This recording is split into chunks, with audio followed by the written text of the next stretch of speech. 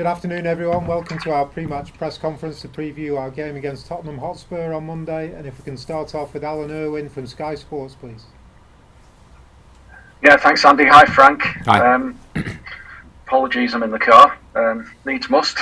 First of all, just a quick word on last night. Delighted to be through. Obviously, there are a lot of people that say the FA Cup can be a distraction, but surely winning games is positive and helps everybody, doesn't it?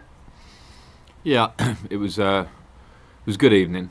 Tough match in the first half. We didn't help ourselves that much, but the second half we dealt with the game very well, professionally.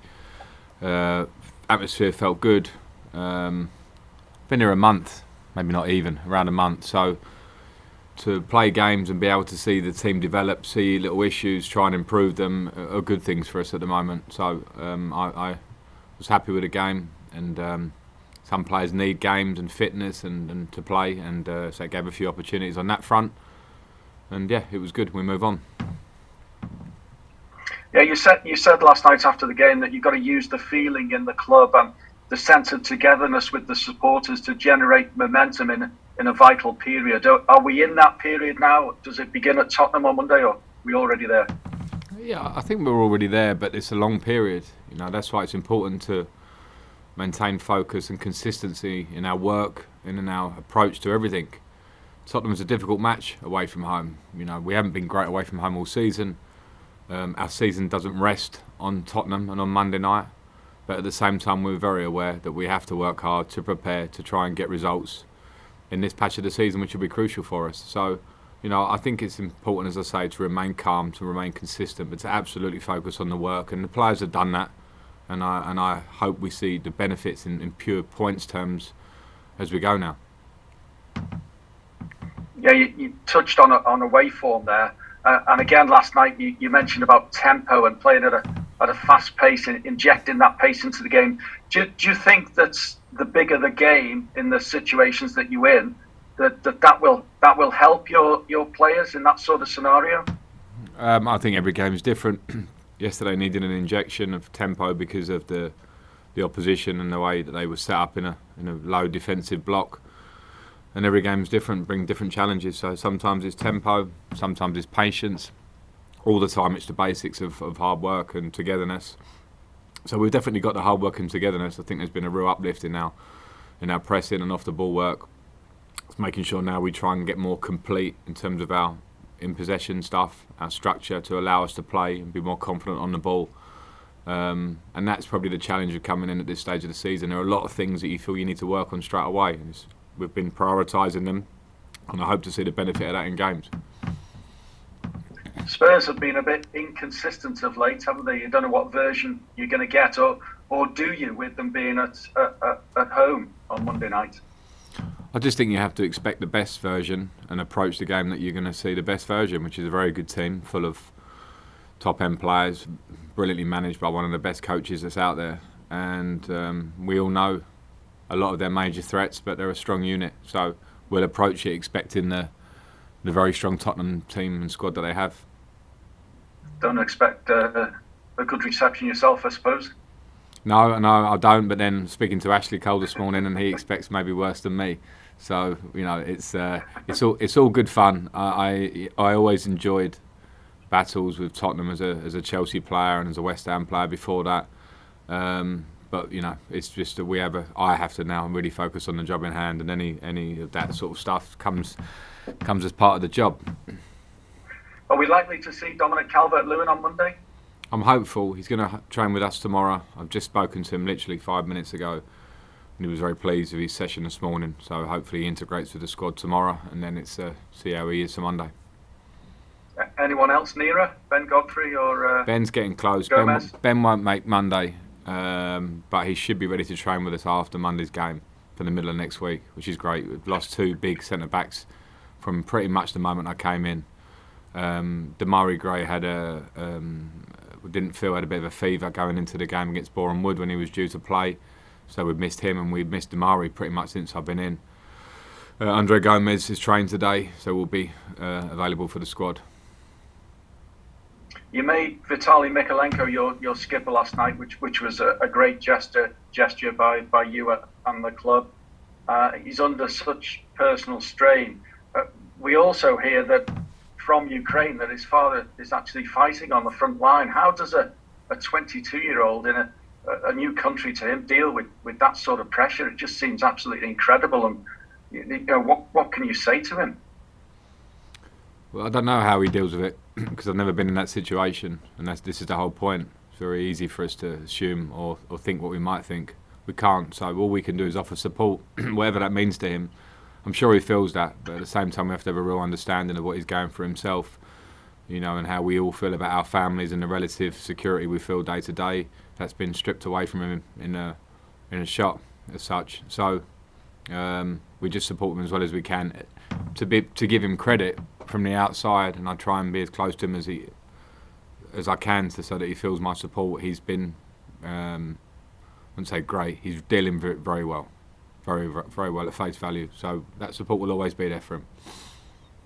Do you know whether he has lines of communication with his family? I don't want to go into the personals of it.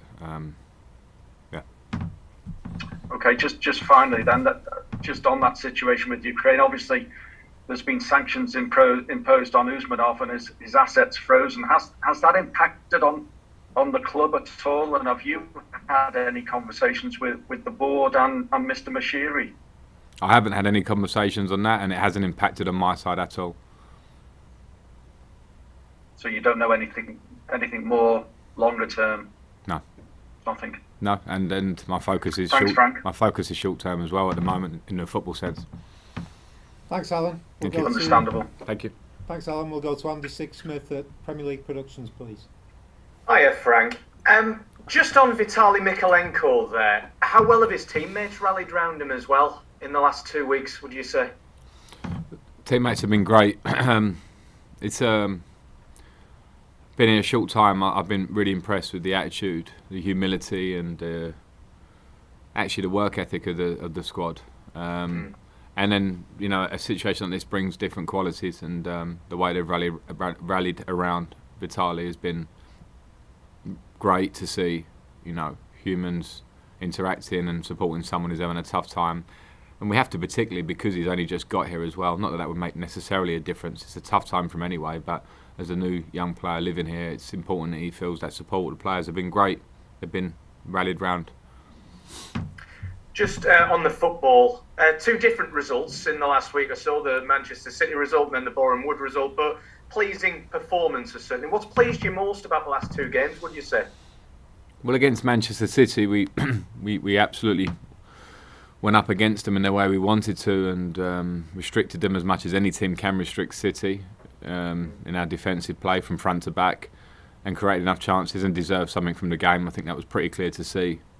And then against Boreham Wood, we found ourselves with a little bit of an issue at half time, and the players upped the tempo, and that will happen. We can't expect beautiful football in every game, every half a game. We can't expect, when we're trying to implement different ideas and play in a slightly different way, more progressive way as we see it, to be a great success in every minute of a game. So I thought they dealt with that really well in game in Boreham Wood, and again, there's always little lessons for us, particularly in this early stage, about how we can improve, and we'll have to take them on board for every game as we go. Compared to when you came in a few weeks ago, how much further forward are the squad now, do you think? It's really hard to put a number on that. We certainly feel that the things that were important to me and to us as staff have hit home, and the players are listening to the message, understanding, working with us, trying to improve in different areas, and we've seen that. And some of it you can gauge with stats, some of it you can see with your eye, and some of it you can also see with your eye that needs to improve. And that's always a constant, to be fair, in football. So I feel like we're moving certainly in the right direction, and that's the sense of our performances, and we need to make sure, obviously, that the points reflect that. I know you look set to welcome some big players back, like Ben, like Dom as well. Abdoulaye Doucouré back, how big an impact is it to have him back in the team again? Yeah, it's a huge impact for us. The qualities of him as a player are big. They're relatively unique to not just our squad, but in the Premier League, with his energy levels and qualities. So that's great. And we've missed big players, and we can't look past that, because, as I said, Ben, I lost after 20 minutes. He's a fantastic defender for us, and has been since he's been at the club. Damari is, for me, a huge talent, absolutely huge talent, and was flying. And then obviously has missed games because of injury and now not being so well. Yerry Mina we've missed. Another one as a defender. When you lose two big centre backs in the Premier League in your squad, you don't normally have more than 4 or 5 centre backs. It's a huge hole for you. And then obviously Dominic we haven't seen. So that's a bit of perspective for us to know that we have big players that will be coming back in. And already I feel like we are improving as a group. Hopefully those players, as they come back in, can give us that extra nudge in the right direction. And just finally from me on Spurs, I know you said your approach is to expect the best from them. But when you're trying to predict the unpredictable, what's the key on Monday night, do you think, to getting the result down there? Yeah, I don't know if it's so much unpredictable. I think it's Spurs and Antonio Conte have a very certain style, and it's been so successful in Antonio's years. You have to respect that. It's a really successful style, and there will always be things in football that are unpredictable in any moment. So we just have to respect their style, the way they play, and then the quality individuals amongst that. Top man. Thanks, Frank. Best of luck on Monday. Thanks very much. Thanks, Andy. We'll go to Alistair McGowan at the BBC, please. Frank, just on that Usmanov situation, just can I clarify? Do you have any sort of concerns about the future of the club, or maybe even the stadium in the longer term? I don't. And when I say I don't have concerns, I don't mean that. I just mean that I don't have enough information to comment on stadium. I mean, I'm certainly the wrong person to ask on that. So all my focus has to be on the team, on the pitch, and doing the job that I'm here to do. Fine. So on the pitch then, or maybe on the side of it, I just wanted to ask you a little bit more about Antonio Conte. Obviously, you and lots of other managers talk about not getting too high with wins or too low with losses. But it doesn't seem to be the case with Conte quite a lot. He shows quite a lot of emotion. I just wondered what you made of that as him as a manager, and whether you would have liked to have played for him. Well, I think firstly, there's nothing better than seeing a manager who's really real, very true to themselves. Sounds a bit of a cliche there, but it's actually when you see him and how he interviews, his reactions. If I was a fan and I'm supporting his club, I'd love to see that. Whether some media might react differently about it and question things, I think it's important to see the real manager that leads you. So I think that's great. His success speaks for itself as a coach. From the beginning, early parts of his career all the way up until now. Of course he has challenges at Tottenham like we all have, so I won't even comment on those. Would I have liked to have played under him as a player? Of course you would, because he's shown himself to be a top coach with a very clear style of play, the way he wants to play, and he usually gets to the targets that he wants. So got huge respect for him as a coach. Just last of all, obviously one of the big threats for Tottenham is always going to be Harry Kane. Maybe some people have said he's had an indifferent season to begin with. How would you assess his form coming into this game, and how would you sort of counter his threat? He's in great form. He's in incredible form. We've got so much time for Harry Kane as a player, always have done. The pathway of his career from its early stages, not the normal route of a superstar footballer to go on loan as he did and come through. Humble, captain of England, and he's in really good form. And his threats are many. There are threats of his link-up and his assists. We've all seen that. The relationship he has with Son, and obviously his goal scoring, which is always there. So yeah, we're playing against a top-class, world-class number 9. Okay, thanks, Frank. Good luck. Thank you. Thanks, Alistair. We'll go to James Mountford at Radio Merseyside, please. Hi Frank, as you're probably aware, Everton have just taken 6 points from their away games in the league this season, and that's the worst in the Premier League. Have you noticed any fragility in your side away from home, and do you have any specific sort of remedy, I guess, to get over this away problem? Well, I certainly don't have a magic wand, and that this is football. When you come in mid-season with there are some issues that just take work, and sometimes they take time, and those numbers are pretty clear of those points over the course of a season, where we're at. It's not what we want. Have I seen it? Yeah, I suppose so. I mean, against Newcastle, I think there were a lot of circumstances that went against us in the game. We lost 2 big players for injury, and it was my second game. So for that, I could certainly see reasons why that game turned on us in different ways. We couldn't control. We could have done probably a bit better. Southampton, we didn't play well. It's the only game I could say that I've been here and I can say there are so many things I didn't like in the game and we need to improve. So there are lots of things, starting with mentality, going into things on pitch. So they're certainly my responsibility to try and solve them, but they will be a work in progress because this is the Premier League and things don't just fix themselves. They take time sometimes. Just on Jordan Pickford, he'll be 28 tomorrow, and it'll be his, if he plays, Monday. If he plays on Monday, I should say, it'll be his 200th Premier League appearance. What have you made of Jordan since you've come to the club, and what's your plan for him, I suppose? Well, I've loved working with Jordan, and I think anyone who holds that England #1 shirt for as long as he has holds a huge burden. It's such a pressurised position on a national level. And I think he carries that brilliantly.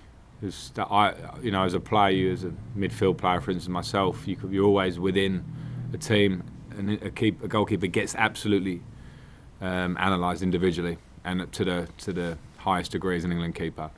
So I think in that sense, his career and how he's played has been great. Working with him has been a pleasure. He's low maintenance. He works hard. He makes saves. He wants to win for the team. So my plan is just to keep moving forward with that. I'm enjoying working with him. Thank you. Thank you. Thanks, James. Carl Markham at the Press Association, please. Hi, Frank. Hi. Just a quick one on Nathan Patterson. He waited 2 months for his debut and then only managed to say played half a game for it, got taken off because of the tactical change. I'm just wondering, how his confidence is and what plans you have for him for the rest of the season. Yeah, well, in my role, unfortunately, you have to make decisions that are not sometimes the most emotional decisions. They're practical, and yesterday was absolutely practical to have to change, and Nathan was the choice. Thought we did okay in the game. It was his debut. I'm pleased for him to have his debut. We brought him here for a reason, and so I was relatively not disappointed, but I have to be understanding of what that means. But what Nathan will feel from myself and from the staff is a real engagement and a desire to work with him. He's a young player that's a developing player still, and even after that he'll feel the support of how we want him to play, how we want him to develop, and things like that happen at that stage in your career. Whether it's whoever you are as a player, as a younger player, you have little moments where you have to take something on the chin. You have to understand that this is high level football, and keep working, and that's all he has to do. Thanks, Carl. We'll just take one more in the open section from Jerry Cox, please. Hi, Frank. How are you? Hi, Jerry. Good, thanks. Good. You've had a really good record at Tottenham, both as a player and a manager. I just wondered if you work on the principle that if you unsettle the crowd there, they start to turn on the team a little bit. If you get a good start, is that part of your thinking? Is that something that, given the state of Tottenham's up and down season so far, you can exploit a little? It's not part of my thinking.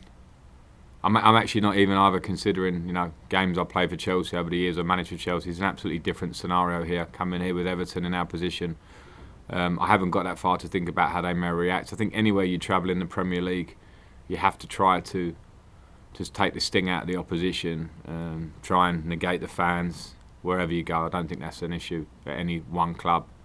So that's why the focal point has to be ourselves. So the players will just focus on what the strategy is or how we're going to approach the game and their qualities, but the main thing about what we do. And if we can do our job right, then hopefully we get a result. Simple as that.